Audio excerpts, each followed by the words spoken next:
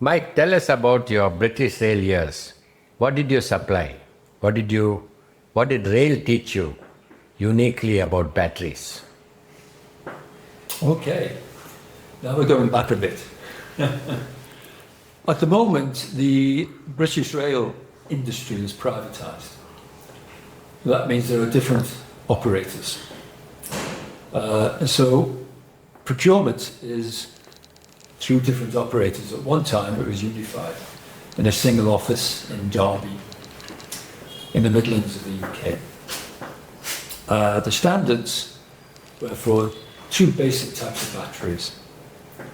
Well, there's more than two, but there was stationary batteries, which was signalling, lighting, and there were the rail batteries, which were diesel starter and coach lighting. They were the two types. With diesel starter, we supplied,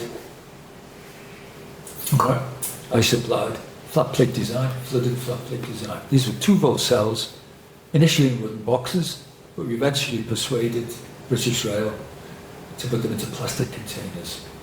Again, an old friend of mine from the industry had a business making plastic containers for traction batteries, and he then was able to come up with a design for the British Rail types. So that was an innovation, but once again, the procurement people did not like us to have that advantage. They wanted all their suppliers to offer the same product so they could drive the price down. Lesson number one. Now, British Rail, we can include London Underground. I'll come on to that in a minute. Technically, in the British Rail,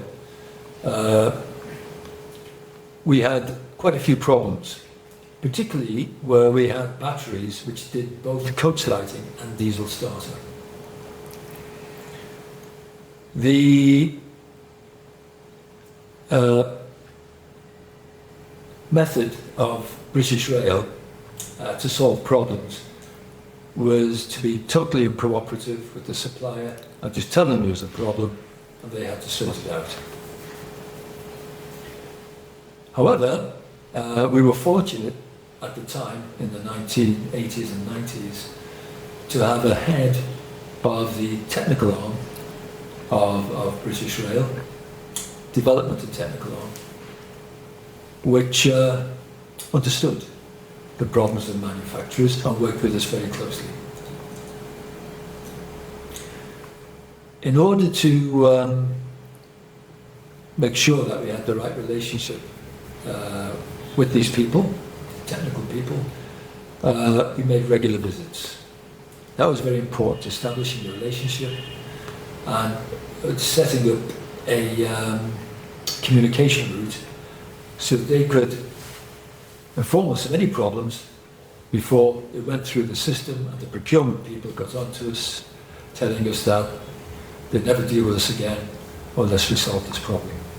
So we were one jump ahead of that stage. That was important.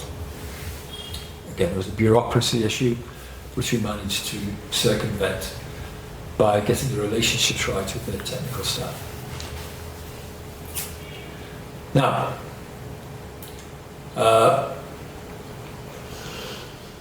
sometimes you get mysteries.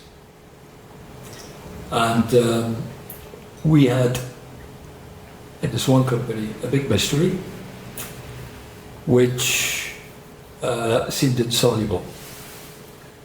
Our batteries were dying in particular applications.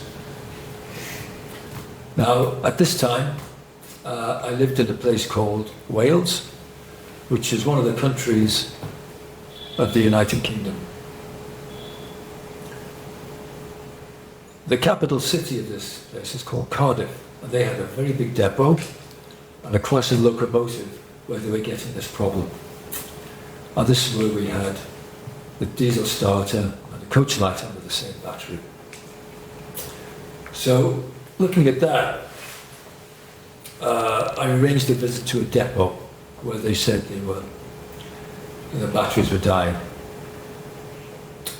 What I had to do was I had to go and take measurements of the batteries in situ, which is not easy because they're slung underneath the carriage.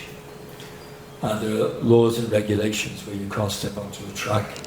So I couldn't get access. So I had to go to the depot, the maintenance depot, where they had, obviously, a pit where I could go into the pit and then observe. So I was able to take some measurements and look at it, but they told me nothing. So what I decided to do was to fit onto that a data logger. Now, going back to the 1980s, the data loggers were big units which were mechanical. So I had to fit that, plus the equipment to be able to measure current and also to measure voltage and also record on time, both of those.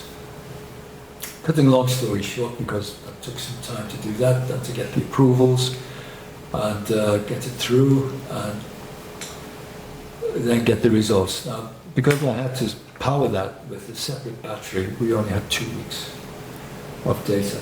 But what I found was, British Rail knew nothing about this part of the application. There were two things.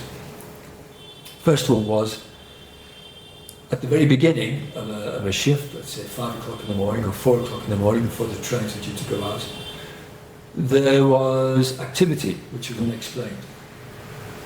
We get discharges of the battery, we then get charges of the battery, but then a lot of deep discharge, not deep discharges, but prolonged discharges. What this turned out to be was cleaners entering the carriages in the morning before the carriages were sent out. They switch on the lights, if it was cold, they switch on the heating, and they would then drain the batteries. The second part is where the drivers came in, and they had to shunt the trains around in order to get the right one in the right place. So we had discharges and charges which were accounted for by those two things. So that left the batteries in a particular state of charge. That wasn't the main issue. The second issue was that when the trains were not in use over the weekend, they still had to be on the track, and they had to put them on a section of rail outside of the depot. The law was that they had to leave the lights on, the front of the train and the back of the train. And this would be on for 48 hours at a couple of amps.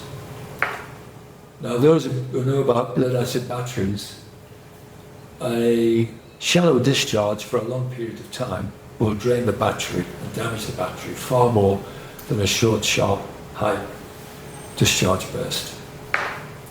And this was the reason I was killing the batteries. But I didn't know that until I got the results back from this data logger we'd fitted. All this was news to British Rail. So with that in mind, we were able to work with British Rail, so they changed their procedures. And they put safety cuts out, and they had a backup then for the emergency lights, and we put in a separate battery for the emergency lights for the weekend.